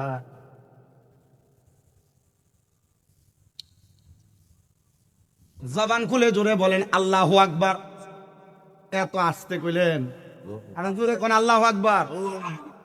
আপনারা কোটি টাকার মালিক তো এই সাহস পাইতো না, যতলা কথা কয়ে গেছি নেশাখোরের বিরুদ্ধে। এটা কয় না, কেন আপনারা চিন্তা করতেছেন যেটা কথা কইছেন আরে কথা কইস না, বক বক করো। বললাম এটা দোষ দিয়ে লাভ আছে? আমরা জায়গা করছেন একটা রাস্তার উপর, করতেন একটা মাঠ। আমি হং দিয়ে কুমিল্লা মাহফিল করতাম পারি না, রোজা করি দিয়ে একটা এর ভিতরে ফেস গেছ লাগাই রাখা না। গত বছর নিয়ে আইলাম না, এর আগের বছর সুবর্ণপুর এনে আইসি, এনে দেয় দেখি যে এরা জায়গা করছে ছোট্ট কুদ্দুরা। জায়গাতে করতে একটু সুন্দর করে করার দরকার। আমি এখন এই যে জনিবে আমার কইছে দেখে আমি এই ডেটটা এরা আপনাদের জন্য দিছি। আমি সাইডে কুমিল্লার এই আশেপাশে আমি আমার মনে হয় না যে আমি আর মাহফিল করছি সুবর্ণপুর ছাড়া। এ কয়েকটা জায়গাতে কম বেশ কইরা সময়টা কাটাই দিয়া যাইতেছে। ওই এটা লাইটলি এসে অতক্ষণ কই আছি ওই আসছে। মার হাবা অত আসতে মার হাবা কইলা আর জোরে মার হাবা, আর দুইটা হাত উঠে জোরে কোনো মার হাবা। গরমে ওই পিছনের টি চিন্তা করতেছে মার হাবা কইলে কি ফুটলা একটা বেশি দিব, মার হাবা জোরে কইতে হবে, দুই হাত তুলে মার হাবা। নারে তাকবীর আল্লাহু আকবার, নারে রিসালাত ইয়া লা, নারে তাকবীর আল্লাহু আকবার, নারে কি তাইরা যা শুরু করলে লা সিদ্দিক ফারুক উসমান হায়দার, চারজন সাহাবা সবচেয়ে বেহতার। সিদ্দিক ফারুক উসমান হায়দার, চারজন সাহাবা সবচেয়ে বেহতার, কারণ তাদের হৃদয়ে আছে আল্লাহর পয়গম্বর। নারে তাকবীর আল্লাহু আকবার, নারে তাকবীর আল্লাহু আকবার, নারে রিসালাত। আল্লাহ জোরে বলেন আল্লাহু আকবার, জবান খুলে পড়েন আল্লাহু আকবার। আমি কথা যেইটাই ছিলাম ডাক দিয়ে বলেন এই আমিনা আসো, যেহেতু আমরা কুফানগরীর এলাকার সুন্দর একটা জায়গায় চলে আসছি, কুফানগরীর রাজপ্রাসাদের পাশ থেকে মরুভূমির মাঝখানে পাহাড়ের গুহার মধ্যে চলে আসছি। এই আমিনা এবার তোমার দেহটা আমার ভোগ করতে দাও। ইয়াজিদের দুইটা খারাপ স্বভাব বারবার স্মরণ করায় দেই, দেখবা লম্বা টুপি, লম্বা দাড়ি রেখা পাঞ্জাবি পইরা কই ইয়াজিদের কাফের বলা যাবে না, ফাসেক বলা যায়, ইয়াজিদের গুণ গায়। এই শয়তানে জানে ইয়াজিদের পক্ষে কথা কইলে মনে হয় তারা ডলার দিব, অবশ্যই দিব, কারণ এরা ইয়াজিদের পক্ষে কথা কইয়া নবীর প্রেমিকদেরকে বিভ্রান্ত করতে চায়। খুদার কসম, একটা সুন্নি মুসলমান যতদিন দুনিয়াতে বেঁচে থাকবে, ইয়াজিদদের কেউ যদি বালা প্রমাণ করতে চায়, এরা কেউ সাপোর্ট করবে? কথা তো আসতে কইছে, জোরে কর না, এরা কেউ সাপোর্ট করবে? দেখবেন মিডিয়াতে লম্বা টুপি, দাড়ি, পাঞ্জাবি, ফাগরি, আসকান, জুব্বা লাগাইয়া কবি ইয়াজিদকে কাফের বলা যাবে না, ইয়াজিদে ফাসিক বললে চলবে, ইয়াজিদ হাফেজে কোরআন ছিল, ইয়াজিদের নামের শেষে রহমতুল্লাহ আলাইহি লেখো, কেন বলে আমরা ইয়াজিদের ফুত। নাউজুবিল্লাহ বলেন, আরো জোরে কর নাউজুবিল্লাহ। আমি যেই কথা বলতেছিলাম, ইয়াজিদের বৎসবাব দুইটা, নেশা করত, মদ পান করত, এ মদ পানের পাশাপাশি নারী লুবি ছিল। ইয়াজিদ ডাক দিয়ে কই আমিনা চলো, কুফানগরীর মরুভূমির মাঝখানে পাহাড়ের গুহার পাশে তোমার সঙ্গে আনন্দ করতে চাই। চলে গেলেন হযরত ইয়ামিনা, কিন্তু ইয়াজিদের সাথে একই ঘোড়ার পিঠে করে যায় না। ডাক দিয়ে বলে ইয়াজিদ তুমি আর আমি যদি যাই, মানুষ সন্দেহ করে মন্তব্য করবে, তুমি একটা ঘোড়ার পিঠে যাও, আর ইয়ামিনা আমি একটা ঘোড়ার পিঠে যাই। ইয়ামিনা বলে আমি আহলে বায়াতের প্রেমিক, আমি কোনোদিন পর পুরুষের সাথে উঠতে পারি না, পর পুরুষের সাথে একসাথে চলতে পারি না। সাওয়ালপুর এলাকার মহিলারা, তোমরা যারা পর পুরুষের সঙ্গে কথা বলো, পর পুরুষের সঙ্গে চলাফেরা করো, পর পুরুষের সঙ্গে একই অটোতে বসো, পর পুরুষের সঙ্গে রাস্তায় কথা বলো, নিজের স্বামী ছাড়া দেবরের সঙ্গে কথা বলো, পর পুরুষের সঙ্গে কথা বলো, আল্লাহর কসম আল্লাহর নবী কয় একটা মহিলার জন্য তার দেবর হলো মৃত্যু সমতুল্য, একটা মহিলার জন্য তার দেবর হলো কালসাফের মতো, আর বেডি কয় ভাইয়ের মতো। কথা বলে না, ঠিক কিনা বলে কি বলে না? এ মুসলমান, দেবর ভাইয়ের মতো না, দেবর মৃত্যু সমতুল্য, কালসাফের মতো। কামড় দিলে যেমন মানুষ মারা যায়, একটা ভাবি তার দেবরের সামনে গেলে তার জীবনটা এমন মরা মানুষের মতো হয়ে যায়। এজন্য এলাকার মহিলারা, তোমরা তোমাদের চেহারা দেবরকে দেখায়ও না, দেবরের সামনে যায়ও না। বেডি কয় হুজুর দেবর, আমি সাওয়ালপুর বাজারে গেলে সব দোয়ানদারই আমারে চিনি, সব বাজার গেলে সব দোয়ানদার আমারে চিনি। গোরকাটা যদি চতুর্থ ফাট পঞ্চম ফাট ইচ্ছা মতো গোড়া দিয়ে যায়, এবার ডাক আমরা রফিক বের বউটা না আফাই দিকে। কথা বলেন না, ঠিক কিনা? এমন বাজারে বেরিয়ে তো সমাজে আসে না নাই? আবার এরা যদি এরা কয় নারী পুরুষ সমান অধিকার, বলে সমান অধিকার তো নারী পুরুষ একসাথে, পুরুষ মানুষ দাঁড়ায় প্রস্রাব করলে পারলে তুমি বেডি করো, বলে পারতাম না, আমার এটা সম্ভব না। তো সমান অধিকার চাও কেন? নারী পুরুষ সমান অধিকার সব জায়গায় না, নারী পুরুষ সমান অধিকার শরীয়তের বহির্ভূত জায়গার ভিতরে, শরীয়তের বাহিরে জায়গায় যাইয়া নারী পুরুষ সমান অধিকার চাইবা, ইসলাম এটাকে সাপোর্ট করবে না। পর্দায় থাইকা সমান অধিকার চাও, পাইবা, অন্যচেত পাইবা। অসুবিধা হইতেছে, দিতেছে বইয়ের শিশুদের একটা বিরিয়ানির লেগে বয়, তোমার আমারটাও দিয়ে দিমু। খুশি হয়ে গেছে, আমারটার কথা কম। মার হাবা কর, আরো জোরে কোন মার হাবা। ইয়াজিদের সঙ্গে কি আমিনা একসাথে গেছে না আলাদা? আলাদা আলাদা কুফানগরীর পাথরের পাহাড়ি এলাকার মরুভূমির মাঝখানে, মরুভূমিতে রাত্রবেলা ঠান্ডা ভাব লাগে। কুফানগরীতে যায়া ইয়াজিদ যখন ইয়ামিনার হাতে হাত ধরবে, ইয়ামিনা ডাক দিয়ে কই ইয়াজিদ মুরিদ, আমার হাত এখন ধরতে পারবা না। বলে কেন? বলে তোমার তো মদ বড় পছন্দ, আমি তোমার জন্য আরবের সবচাইতে দামি মুদ্রা নিয়ে আসছি, একটু পান করো, তারপর আমার দিকে আসো। ইয়াজিদকে সে মদ পান করাইতেছে, সে মদ পান করতেছে, একবার, দুইবার, তিনবার, চারবার, পাঁচবার, বারবার মদ পান করাইয়া ইয়াজিদের দেহ দিছে লাসার কইরা। দেখবেন মধুদিরি মদ খাইয়া, গাঞ্জুটি দি গাঞ্জা খাইয়া, বাবা কুট্টি বাবা খাইয়া রাস্তার পাশে পড়ে থাকে, ঘরে পড়ে থাকে, রাস্তার পাশে, ব্রিজের পাশে, এ জায়গায় ও জায়গায় পড়ে থাকে। আবার উইটাইয়া মাতালের মতো কথা কয়। আবার এই গাঞ্জা খুরজারা, ইয়াবা খুরজারা, নেশা খুরজারা, এদের জ্বালায় এলাকার মোটর গুলা থাকে না, চুরি করে লইয়া জায়গা, মসজিদের তার গুলা চুরি করে লইয়া জায়গা। নেশা কুট্টির জ্বালায় এলাকার রাস্তাঘাটে কোনো কিছু দেওয়া যায় না, চুরি করে লইয়া জায়গা। আপনারা বলেন এমন নেশাকুর সমাজে আছে না নাই? মাঝে মাঝে 10-15 জন যুবক মিলে একটা কমিটি বানায়া দুই একটা নেশাকুর রে লুঙ্গি আলগি দিয়ে ফাতলা করে বাড়ি দিবা, দেখবা শীত হয়ে গেছে গা। দরকার আছে না নাই? ও হুজুর, কেমনে নেশাকুর রে শায়েস্তা করতাম? নেশাকুরে একটারে মারলে এই শহর থেকে 10টা-15টা হুন্ডা লই আই আমরা ধরতে আইয়ে, দেখবেন নেশাকুরের লগে ফক কইয়া যদি লাগতো আইয়ে, এটিরও বাবা খুরের মতো লাগে, গালি ভাঙ্গিয়া ভিতরের দিকে জাগা। এমন নেশাকুরের সমাজে আছে না নাই? মানছে নেশাখোরের লোকে ডরে লাগে না, হ্যাঁ একজনে মারলে 10টাই বোন নেশাখোর। কথা কন না, তোমাদের বালা মানুষের মিল নাই, নেশাখোরের মিল দেবো বালা। কথা বলে না, ঠিক কিনা? আমি সে বালা মানুষদেরকে বলতে চাই, যারা তোমরা বালা মানুষ মিলও নাই, নেশাখোররা মিল আছে, তার মানে তোমরা বালা মানুষরা নেশাখোরের চাইতে খারাপ। চিন্তা করে, আমি যদি হ্যার লোকে মিলি, হ্যাঁ আর বয়সটা কি? আরে এলাকার পোলা পান্ডে ধরো, এলাকার ভালো ভালো পোলা পান্ডে একসাথে করে হাতে 10টা লাঠি দিয়ে দাও। নেশাখুর জেনে নেশা খায়, এটা ফোলা হয়নি চিনে, তাই ইচ্ছা মতো 10-15 দিন বাইরে এলে এমনি শীত হয়ে যাবো। ঠিক আছে নি? হ্যাঁ, এটাও তো ঠিক। তারপর আবার তোমরা হ্যাঁ ঠিক কিনা? যাই কিনা? হ্যাঁ তুই শিখাই, তুই শিখে খানা শিখছিস কার কাছে? আরে ভাই, আমি তো খাইতাম না। আমার এক বন্ধু একদিন কথার কথায় কইছে, দোস্ত একটা টান দিয়ে দে, কি হইব? একটা টানে তার জীবন শেষ। ঠিক বল, ঠিক তো সবই ঠিক, বেঠিক কোন না, সবই তো ঠিক। কথা কয় না, তারপর কুলাই বনি ঠিকের ঠিক নাই, ঠিকের ঠিক নাই, ঠিকের ঠিক নাই, ঠিকের কি না ঠিক নেই, এটা কি তৈরি, ঠিকের ঠিক নাই। ঠিক নাই। আল্লাহ আপনারা কবুল করো, আমিন কোন। ইয়ামিনা কয়, আমি তারে নেশা খাওয়াইছি, খাওয়াইয়া তার শরীরটা লাচার হয়ে গেছে। আচ্ছা, ইয়াজিদ জানি নবীজির নাতির কোথায় ছুরি চালাইছিল? ইয়ামিনা কয়, আমার সব মনে আছে। ইয়াজিদরে নেশা করে তার পা গুলা বাঁধছি, হাত গুলা বাঁধছি, বাইন্দা তার ঠিক ইমাম হুসাইনদের যেমনে সে গর্দান আলাদা করছে, আমি ইয়াজিদের কল্লাটা ঠিক এমনে কাটছি। আল্লাহু আকবারটা জোরে কইলেন না? झुका था जो सर बर राहे खुदा में, वही सर कलर हो गाया करबला में।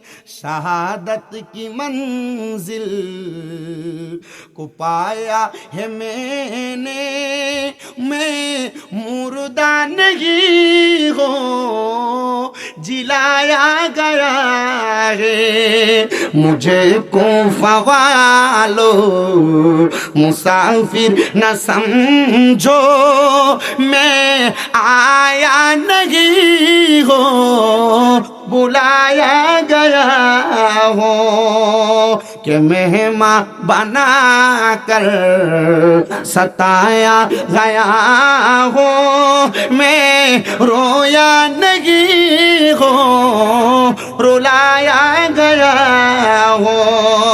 खुदा जाने कैसी है ये मेजबानी, 72 पियासो कहे बंद पानी, मुकद्दर में है हौज़ कौसर का पीना, मैं प्यासा नहीं हो पिलाया गया हो। अल्लाहुम्मा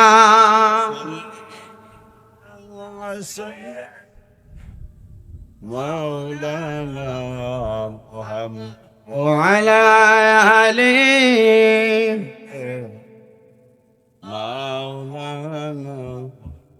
ইয়ামিনা ডাক দিয়া কয়, জগতের মানুষ মানুষ, ও দুনিয়ার মানুষ, আমি ইয়াজিদের গর্দান আলাদা করছি।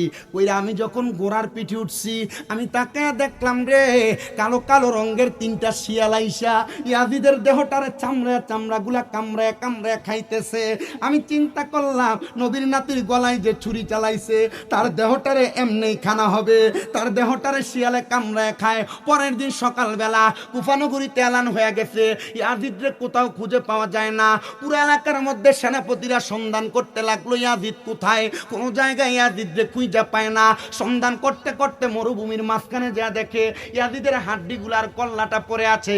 এবার ইয়াজিদের কল্লাটাই না কুফানগরীর বড় রাজপ্রাসাদের উপরে আইনা রাখছে, আর ডাক দিয়ে কই, ও কুফানগরীর মানুষ, দেখো না আমাদের সেনাপতি, আমাদের যিনি প্রধান ছিল, ইয়াজিদের কল্লা পাওয়া গেছে, দেহ পাওয়া যায় নাই। কুফার সব মানুষ ইয়াজিদের কল্লাটা দেখতে আসছে। আইসা দেখে ইয়াজিদের এক নাক দিয়ে একটা সাপ ঢুকে, আরেক নাক দিয়ে একটা সাপ বাইর হয়। আচ্ছা, যে ইমাম হুসাইনের ঠোঁট মুবারককে আঘাত করছে, নাক মুবারককে আঘাত করছে, ওই ইয়াজিদ তো ভালোভাবে মরতে পারে না, এর নাকি দিয়ে সাপ দুইটা মরবে এটাই হবে, দেহ শিয়াল কামড়ে খাবে এটাই হবে। ইয়াজিদ যখন ইন্তেকাল করলো, মারা গেল, জাহান্নামের বাসিন্দা। এলাকার মানুষ কয় নবীর নাতিরে কষ্ট দিয়া ইয়াজিদের মরণ ভালো হয় নাই। এবার আসেন, নবীর নাতির ইমাম হুসাইনের গলা মুবারকে যে ছুরি চালাইছে তার নাম শিমর। মুখে হসন নাই, নাম কি? ওই শিমর যখন চুরি চালায়, ওই শিমর কিন্তু স্বাভাবিকভাবে মরে নাই। শিমরের একটা বদ স্বভাব, নেশা করত, মদ খাইতো। আর কারবালার ময়দান, কুফানগরী, ইরাক, ইরান, মক্কা, মদিনা, বিভিন্ন জায়গায় খেজুর গাছের নিচে পড়ে থাকতো। আমরা দেশের নেশা করার অবস্থা আগে যেটা যাক মোটামুটি ঠিক আছে, এনে যে ওই যে মৎসটি খাইয়াটাই আইয়া রাস্তাঘাটে এমনি ডুইলা ডাইলা পড়ে থাকতো। কিন্তু এখন মোটামুটি একটু এই ইন্টারন্যাশনাল হয়ে গেছে, লাইনে ঘরের ভিতরে এক লগে 10-15 জন মিল্লা বইয়া বইয়া খায়া মনে করতেছে যে নেশাটা করলে খুব ভালোই লাগে। খুদার কসম, আল্লাহর নবী কয়, তোমরা যদি জাহান্নামী দেখতে চাও এদের দিকে তাকাও যারা নেশা করে। নবী গো, কারা কারা? বলে 3 প্রকার ব্যক্তি জাহান্নামী, ডাইরেক্ট চিনবা। 1 প্রকার যারা নেশা করে, এরা হচ্ছে জাহান্নামী। 2 প্রকার যারা দুনিয়ার জমিনে মানুষের পরের হক মেরে খায়, এরা জাহান্নামী। 3 প্রকার জাহান্নামী তারা যারা তাদের নিজের ঘরের মহিলাদেরকে পর্দা করায় না। তার মানে বোঝা গেল এই 3 প্রকার মানুষ জাহান্নামে যাবে। আমরা কি 3 প্রকারের একটাও হইতে চাই? আসতে কয় 3 প্রকারের একটা হইতে চাই? মোহে মানে মাতালাল লইতো না, ফানুয়ার মুড়ি দিয়ে জিকির করতে বালা ইচ্ছা মতো গাউডারে নাচাও, অনকালা মাতালরে না কিনলে গা। এই জোরে বলেন, আমরা কি 3 প্রকার জাহান্নামীর 1 প্রকার হইতে চাই? হইতে না চাইলে একটু জোরে কোন চাই? আসেন আমার বাবারা, এবার ওই শিমরটারে নেশা করাইয়া, মত্তান করাইয়া, শিমরের পায়খানার ব্যাগ ওয়াশরুমে দেয়া ফিসটা খেয়ে ফইরা মাথা ফাইটটা রক্ত যায় মরছে। জোরে বলেন নাউজুবিল্লাহ। বন্ধুরা রে আমার, ও সাওয়ালপুরের মানুষ, নবীর সঙ্গে, নবীর নাতির সঙ্গে বেঈমানি কইরা ইয়াজিদ এভাবে মারা গেছে। তাহলে আমরা সমাজে আমরা যারা ভুলভাল বুঝাইতে চাই, নবীর নাতি ইমাম হুসাইনের স্মরণে মাহফিল করলে, কারবালার মাহফিল করলে, কারবালার মাহফিলে তাবারুক খাওয়াইলে, কারবালার মাহফিল কইরা খিচুড়ি খাওয়াইলে, বেদাতি বেদাতি বেদাতি বলে কিনা, বলে কিনা? অভাব নাই, এর বেদাতের ফতুয়ার এর কাছে কোনো অভাব নাই। কিন্তু যদি খবর নেওয়া হয় বেদাতি কেন বলো, বলে তোমরা খিচুড়ি খাও, আমরা খাইতাম পারি না, এর লাগি আমরা বেদাতি। আসলে আমরা বেদাতি না, আসল বেদাতি এরা। কথা কই না, আমরা বেদাতি না, আসল বেদাতি এরা। বলে কেন? বলে মুসলমানকে পথভ্রষ্ট করতে চায়। এ প্রিয় মুসলমান শোনো, অন্তরের কান লাগায়া আমরা কারবালার মাহফিল করি, মিলাদুন্নবীর মাহফিল করি, করে মানুষকে তাবারুক খাওয়াই। আল্লাহ নবীর সাহাবায়ে কেরাম প্রশ্ন করি, ইয়া রাসূলুল্লাহ, ইসলামের মধ্যে উত্তম কাজ কোনটা? নবী কয় তুতিম উত্তম, মানুষকে খাওয়ানো। আর এরা কয় খাওয়াইও না, খাওয়ানো বেদাত। তার মানে বোঝা যায় এরা মানুষের কাছ থেকে খাইতে জানে, খাওয়াইতে জানে না। কিপ্টার গোষ্ঠী। আগে শুধু সুন্নিদের মাহফিল হই তাবারুক হইতো, এখন এরার মাহফিলও দেয়। এরা চিন্তা করে তবরুক না দিলে মানুষ হয় না। আপনাদের পার্শ্ববর্তী অনেক জায়গাতে এগুলা হয়, হয় কি না? আগে এরা তাবারুক রে একটারে দেখছিলাম পায়খানার সাথে তুলনা করছে। আমি চিন্তা করলাম তোমরা পায়খানার সাথে তুলনা করে, আবার দেখবেন সুন্নিদের মাহফিলে এরা ঘুমটাটা লাগাইয়া মুখটার এমনি ঘোরা দিয়া হাতটা 4 জনের ভিতর দিয়ে এমনি দিয়ে রাখে। হ্যাঁ, কথা বলে না। এমন সুন্নিদের মাহফিল দেখো বিরিয়ানি খাওয়াই না বন্ড, এরা আছে না নাই? তোমরা আমরারে বন্ধ করার আগে একটা আঙ্গুল সুন্নিদের দিকে দিবা, নিচে দিয়ে দেখবা 3টা তোমার দিকে। হ্যাঁ, ঠিক কিনা? আল্লাহ আমাদের বোঝার তৌফিক দান করেন, পড়েন আমিন। মুসলমান মুসলমান, হাদিসে কোরআনের আয়াত তেলাওয়াত করেছিলাম আমি দুইটা। এক নাম্বারটার আলোচনা আমি শেষ করেছি, আরেকটা ইন্নাল্লাযীনা আমানু ওয়া আমিলুস সলিহাতি উলাইকা হুম খায়রুল বারিয়া, নিশ্চয় যারা নেক ঈমান আনে এবং নেক আমল করে, উলাইকা হুম খায়রুল বারিয়া, এরা দুনিয়ার সবচাইতে উৎকৃষ্ট মানুষ। মারহাবা কোন ঠিক না হুজুর? এরা কি ভালো মানুষ না খারাপ মানুষ? বলে হুজুর সৃষ্টির শ্রেষ্ঠ, উলাইকা হুম খায়রুল বারিয়া। আপনি যে বললেন যারা ঈমান আনে আর নামাজ করে নেক আমল করে এরা ভালো মানুষ, হুজুর আমরা এলাকার বহুত নামাজি আছে সুদ খায়, কথা কয় না? সাওয়ালপুর এলাকায় বহুত নামাজি আছে টুপি লাগাইয়া মসজিদ থেকে বাইর হইয়া সুদের টেহা গনে। আবার আমরা সমাজের মানুষের সুদকুটিরে ধরে নিয়ে মসজিদের সভাপতি বানায়, আমরা সমাজের মানুষের সুদকুটিরে ধরে এলাকার সর্দার বানায়, আমরা সমাজের মানুষের সুদকুর গোসকুর গুলার ধরে এলাকার নেতা বানায়। আপনারা বলেন এমন সুদকুর সমাজে আছে না? না। চিন্তা করে হুজুর এত যদি ধরেন এক লোক অ্যান্টিবায়োটিক সব দিলে এটা কাম করতো না, মরে যায় বোকা, মরতো না, কারণ সুদকুর হ্যাঁ জানে এটা সুদ খাওয়া হারাম, তবুও খায়। অসুবিধা হইতেছে, জায়গাটা একটু কষ্ট রয়ে গেছে, হেরাতে দাঁড়াই রয়েছে, আমার কাছে খুব কষ্ট লাগতেছে। আমি ভাবতেছি না চেয়ারটা ছেড়ে আপনারা দিই, ভাবতেন না তো ভাগাভাগি করে চেয়ার নিতে গেলে এক টুটকা করে হরতো না। আল্লাহ আমরা কবুল করুক কনা আমিন। সুদখোর আছে কম না বেশি? সুদখোর কি কম না বেশি? বাংলাদেশের ইন্টারন্যাশনাল সুদখোরটা কিন্তু গেছে গা ইউনুস কাকু, কথা কয় না ঠিক কিনা? আরে বাবা দেশটারে কই জানি বাসায় দিয়ে গেছে, বাঙালি এখনো বোঝে নাই, তবে হারে হারে বুঝতেছে। কষ্ট হইতেছে, অসুবিধা হইতেছে। চিন্তা করে হুজুর ডক্টর ইউনুস এরদের টেহা গ্রামীণ ব্যাংকে আপনার বিরুদ্ধে কন, এমন ইউনুস 10 সাইটারে ঘনার মতো সময় শামীম রাজা না সুন্নিরান নাই। হ্যাঁ কথা বলেন না ঠিক না বেঠে? কারণ দেশের আপনি হানি ছেড়ে দিবেন, আপনার আমরা লেমুনে এবার মাতে না, এবার চিকন মানুষ বইয়ে রয়েছে আরামসে, কোনো কথা নাই। এটা গিলে দেখবেন সমাজে এমন বহুত সর্দার আছে বিচারে গেলে মাতে না, লাস্টে একটা করে পুরা বিচার ঘুরে এলা, যেমন বিচারি। আল্লাহ আমরারে কবুল করুক কনা আমিন। সমাজে সুদখোর আছে না নাই? ডক্টর ইউনুসের মতো না একটু কাছাকাছি? হ্যাঁ কাছাকাছি। আচ্ছা বাদ দেন ডক্টর ইউনুস, উনি ওনার মতো, আমরার মতো, আমরা আমাদের সদরের আদর্শ সদরের সাওয়ালপুরের সুদখোর যেগুলো এগুলার কথা বলে একটু বর্ণনা দেই, আপনি একটু মিলিয়ে দেখবেন এমন সুদখোর আছে হিন্দে ঠিক হ্যাঁ নিজে সুদের উপরে টেয়াল হয়ে ভুক্তভোগী, কথা বলেন না আছে না নাই? এখন অনেক মানুষ আছে সুদের টাকা না দিতে পারে বাফির দিনে জাগা বেসন লাগছে, সুদের টাকা না দিতে পারে বউয়ের স্বর্ণ বন্ধক দেওয়ার লাগছে, সুদের টাকা না দিতে পারে বউয়ের স্বর্ণ বেচা লাওয়ান লাগছে। আপনারা বলেন এমন সুদের কারবারি করেন না সমাজে আছে না নাই? বন্ধুরা রে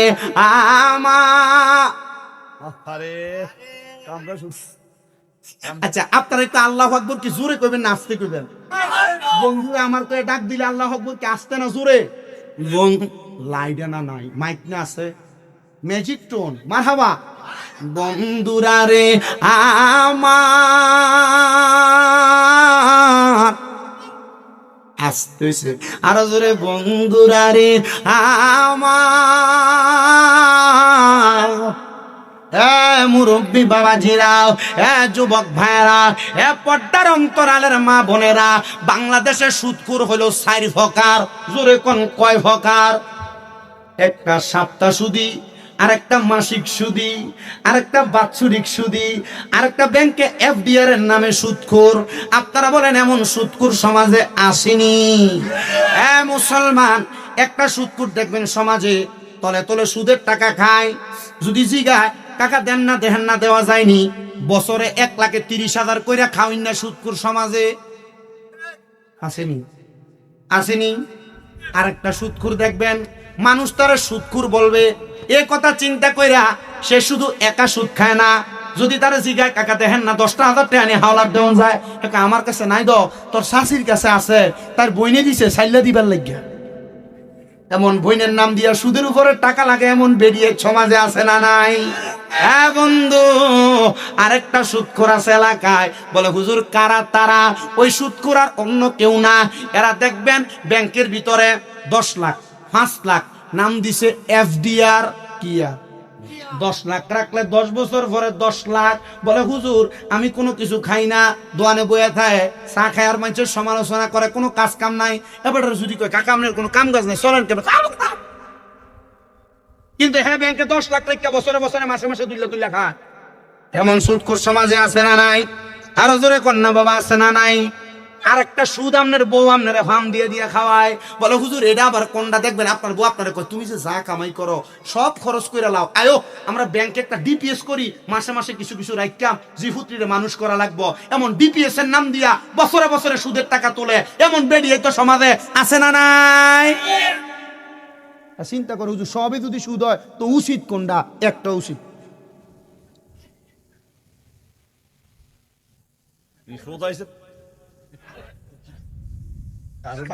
আমার তো সমস্যা এসেছে। এক মহাব্বতে দুরূদ শরীফ আল্লাহুম্মা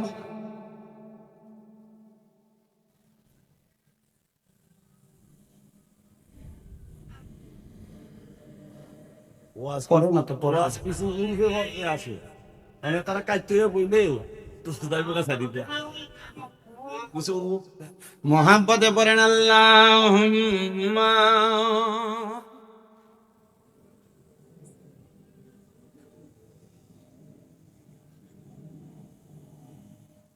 وعلى آل سيدنا। আল্লাহর বান্দারা, আল্লাহ কোরআনে বলেন ইন্নাল্লাযীনা আমানু ওয়া আমিলুস সলিহাতি উলাইকা হুম খায়রুল বারিয়া। নিশ্চয় যারা ঈমান আনে, নেক আমল করে, এরা দুনিয়ার সবচাইতে উৎকৃষ্ট মানুষ। ও বন্ধু, আমি আমার ওয়াজের ইতি টানার আগে আপনাদেরকে একটা কথা বলে দিয়ে যাই। নামাজ পড়লেন, ঈমান আনলেন, সব করলেন, কিন্তু মা বাপরে বাদ দিলেন না, লাভ হইব? লাভ হইব? মুসলমান ইমানদার, নামাজ রোজা সব ঠিক, কিন্তু মা বাপরে বাদ দেওয়া ঠিক না। ওই সন্তানের নামাজ দিয়ে কোনো লাভ নাই, রোজা দিয়ে কোনো লাভ নাই, হজ দিয়ে কোনো লাভ নাই, যাকাত দিয়ে কোনো লাভ নাই। বলে হুজুর কেন লাভ নাই একটু বলেন না? আল্লাহর নবী বলেন উম্মত যখন কোনো সন্তানকে তার মা বাবা জন্ম দেয়, জন্ম দেওয়ার পর বিষয়টা বন্ধ করো, জন্ম দেওয়ার পর ওই সন্তান যদি দুনিয়ার জমিনে থাকা অবস্থায় আমার আল্লাহরে খুশি করতে চাই, রাজি করতে চাই, নামাজ পড়ার আগে গো, নামাজ পড়ার আগে ওই সন্তান যেন তার মা বাবারে খুশি করে। হুজুর কেমনে খুশি করবে? আল্লাহ তাআলার কোরআন, নবীর হাদিসে মুবারাকা প্রমাণ করে। সর্বপ্রথম একটা সন্তান তার মা বাবার সাথে সদাচরণ করবে। 2 নাম্বার, সন্তান তার মা বাবার উপযুক্ত থাকার ব্যবস্থা, খাওয়ার ব্যবস্থা করবে।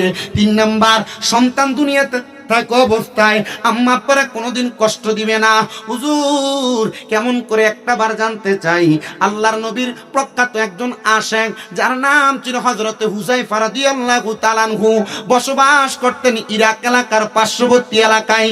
হযরতে হুযায়ফা ডাক দিয়া বলে, জগতের মানুষ গো, ও দুনিয়ার মানুষ, আমি হুযায়ফা আমার জন্মের পরে কোনোদিন আমি আমার আব্বাকে দেখি নাই। এখানে অনেক সন্তানেরা আছেন যাদের বাবা নাই, বাবা হারা এতিম হয়ে এখানে বসেছেন। সন্তান একবার চিন্তা করে দেখেন, ওই বাবা জান যে কবরে, একটা বারও তো আপনি আপনার আব্বা জানকে আপনার চোখ দিয়ে দেখতে পারতেছেন না। বিদেশ থাকলে ইমু কলের মাধ্যমে, হোয়াটসঅ্যাপের মাধ্যমে ভিডিও কল দিয়ে দেখা যায়, কিন্তু বাবা যে কবরে, ওই বাবারে একটা বার দেখতে পারতেছেন না। কারণটা কি? বাবা কবরে শুয়ে রইছেন। হযরতে হুযায়ফা বলেন, দুনিয়ার মানুষ গো, ও দুনিয়ার মানুষ, আউটের সাউন্ড একটু কমাও, আউটের যে সাউন্ডটা এটা কমাও, কানে হুইসেল দিতেছে।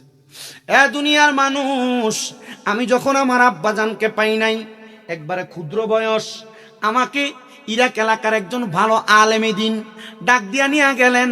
উনি আমার ডাক দিয়া বলতেছেন, ছোট বাচ্চা, তোমার তো আব্বা জান দুনিয়াতে নাই, তো তুমি দুনিয়াতে থাকা অবস্থায় কি করবা? কোনো পরামর্শ তোমার আছে কিনা? ছেলে ডাক দিয়ে বলে, হুজুর কোনো পরামর্শ নাই, তবে আমাকে যদি কেউ লালন পালন কইরা আমার দায়িত্ব নেয়, আমার বড় শখ, যেহেতু বাবারে জীবনে দেখি নাই, আলেমী দিন হইয়া বাবার জন্য একটু দোয়া কর। এখানে অনেক মানুষ আছে যাদের ছেলে মেয়ে তাদের জন্য দোয়া করবে এই আশা করে মাদ্রাসায় দিচ্ছে, আছে না? এখানে অনেক মানুষ আছে বলে, হুজুর বাপ মারে যে কবর দিয়ে আসছি, বাপ মা কবরে কেমন আছে এই খবর জানবো দূরের কথা,